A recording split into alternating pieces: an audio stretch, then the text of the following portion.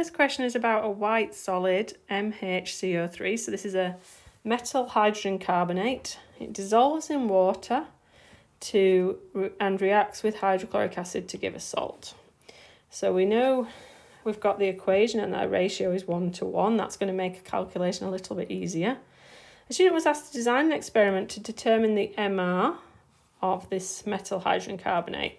They dissolved and we've got a mass in milligrams. Now we know that that's not going to be of any use to us, so at some point we're going to have to work out what 1464 milligrams is in grams.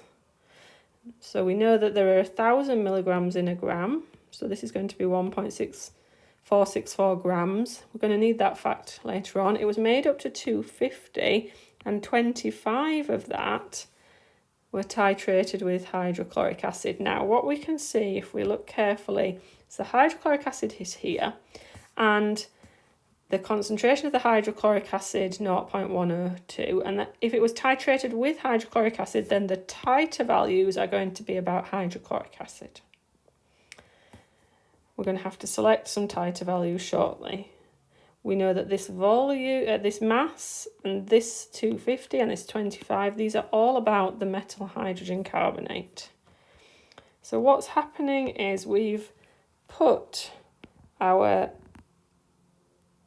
1,464 milligrams of MHCO3 into this flask. We've filled it up to 250 with water, so we've made a standard solution. We've then transferred 25 centimetres cubed of this into a conical flask before titrating it with hydrochloric acid. And our hydrochloric acid had a concentration of 0.102 moles per decimetre cubed and a volume we can work out from our table. Now, we've got a results table here from a titration. So this is actually then pulling a little bit on your skills from required practical 1.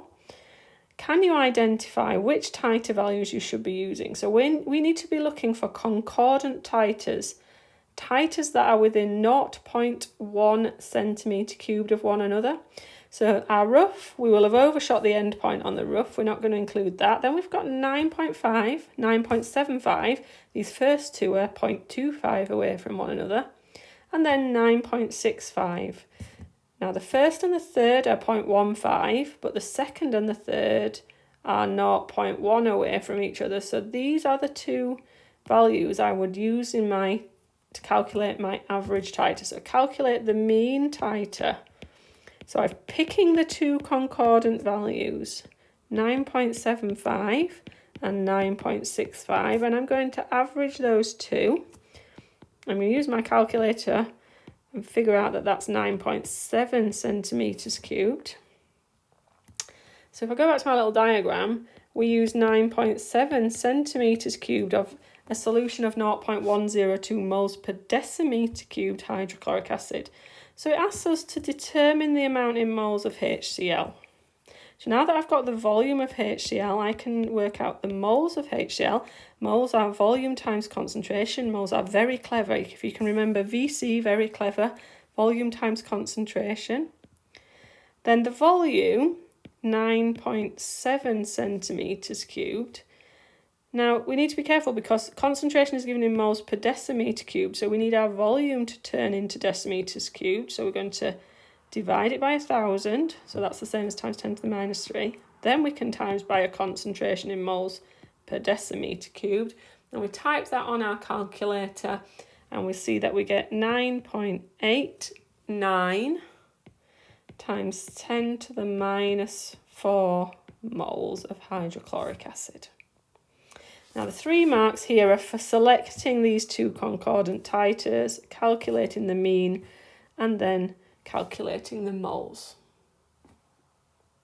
So in our next step, we've now calculated the moles of HCl, and remembering that our HCl is from our titer values. And if we look up, we can see there it's up here. We also know that it was here in our burette. When we skip down to the solution, we know we're skipping to a different chemical. We're moving into that conical flask. So we're looking at the moles of MHCO3. We need to use our reacting ratio. So the moles of MHCO3 in the 25 that were in the conical flask, the ratio was 1:1. 1 mole of HCl reacted with 1 mole. So we just have exactly the same number of moles in the conical flask. But we now need to scale up to find out how many moles of the metal hydrogen carbonate there were in 250 centimetres cubed. So if you're thinking, like, how do I scale up? Well, this one's a nice, easy one, isn't it? I want to go from 25 to 250. I need to times by 10. So I'm going to take my answer and times by 10.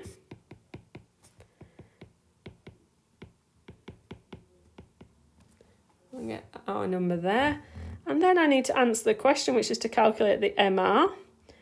So the MR is the mass over the moles. And at this point, you do need to remember that we had to convert that mass into grams to divide it by the moles. We can type that on our calculator, and we'll see that when we do that, we're going to get on our calculator a number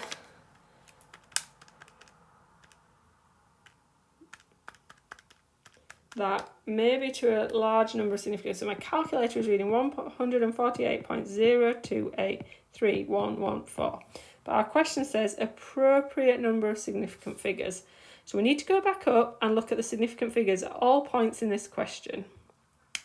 So our first number was 4 significant figures, and our second number is 3, and then we've got 3, and then we've got 3, and then in our results table we've actually got decimal places rather than significant figures. The smallest number of significant figures in this question is 3, so we're going to give our answer to 3 sig fig, 148. Now we've been asked to do some evaluations. This is a required practical ESC type question. The student identified the burette as the largest source of uncertainty. Without changing the apparatus, how could we reduce this percentage uncertainty? So what we need to remember is that these percentage uncertainties are calculated by using the error of the piece of apparatus divided by the reading times by 100, and if there was multiple readings we might multiply up by the number of readings we've taken. But since we can't change the apparatus, then the error in the apparatus, the top number, is going to stay the same. So if we want to make this fraction a smaller number, then we're going to have to make the reading bigger. So we're going to need to think of ways that we can create a larger burette reading. We call that a larger titer, yes? So that's going to be our justification to create or have a larger titer value.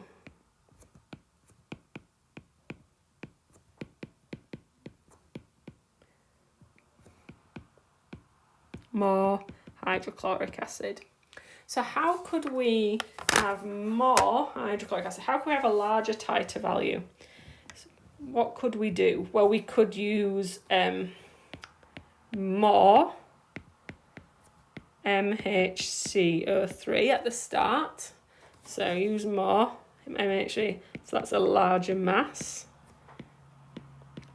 Or if we want to need more hydrochloric acid, we could use a lower concentration of HCl, because if we have a lower concentration of HCl, we'll need more of it to create the same number of moles. Then we're being asked, another student is required to make a 250 centimetres cubed solution of the metal hydrogen carbonate.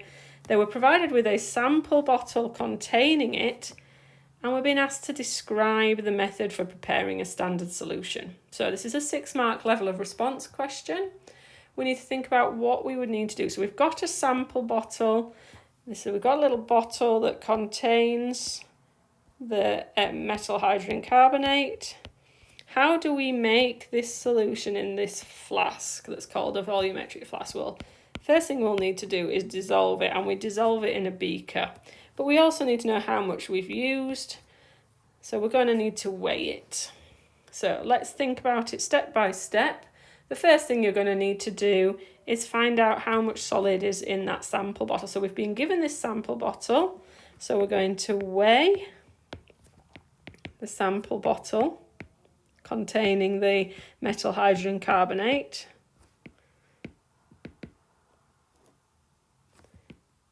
And then we're going to empty it into the beaker.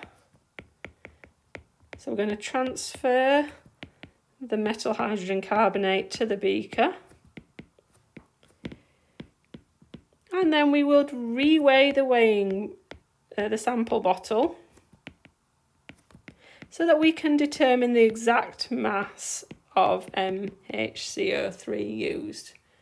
So reweigh the sample bottle and find the mass of MHCO3.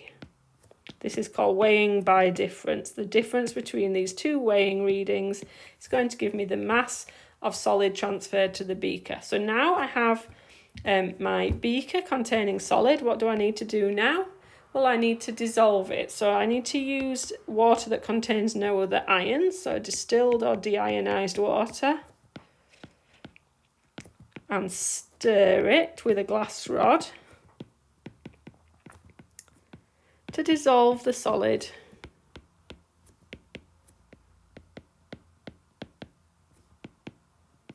And that's in our beaker.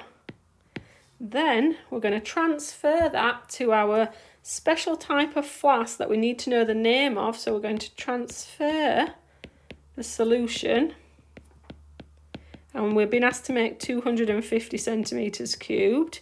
So to a 250 centimetre cubed volumetric flask. Yep, so we're going to transfer it to our volumetric flask. And then we're going to include the washings, which is where we rinse the beaker into the volumetric flask a number of times to make sure all the solid is transferred. Then we're going to fill to the mark, so there's a line on there, so the meniscus sits on the mark.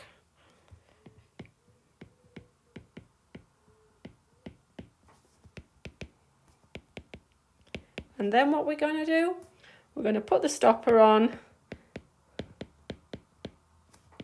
So we're going to stopper the flask and invert several times to create a homogeneous solution, so a fully mixed solution.